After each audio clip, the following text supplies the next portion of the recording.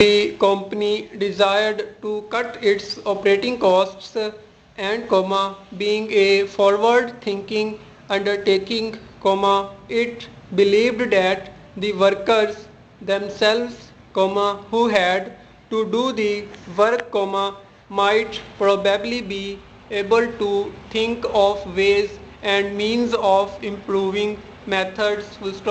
The first prize was to be £500 if the best suggestion put forward seemed worth that sum.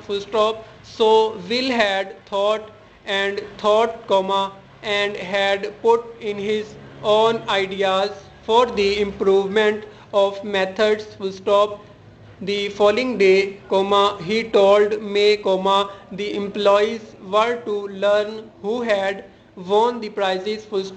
May put her hands in his, for she saw that he cared very much, that he had high hopes, but she could not help feeling that the £500 would never be theirs. She was wrong.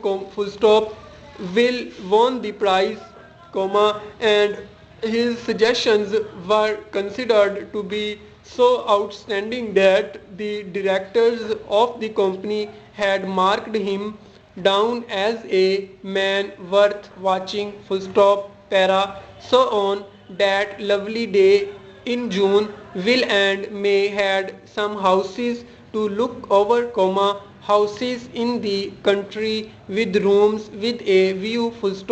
The first of the houses turned out to be much too large.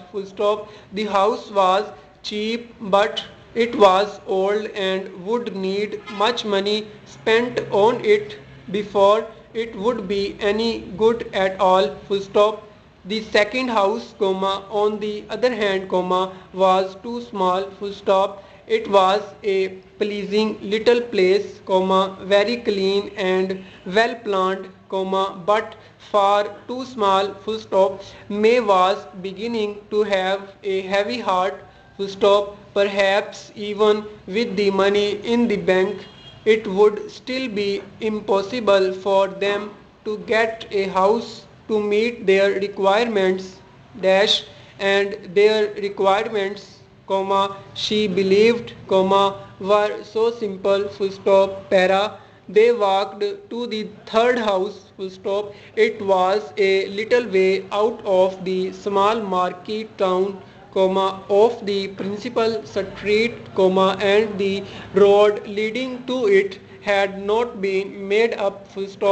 They had to walk carefully in order not to fall into the many holes that were in the road. Oh, dear, this is no good. Sign of exclamation, thought May, and then they saw the house, set well back from the road. It was placed by itself in a wide piece of land. It was white, and the windows and doors were covered with clean blue paint.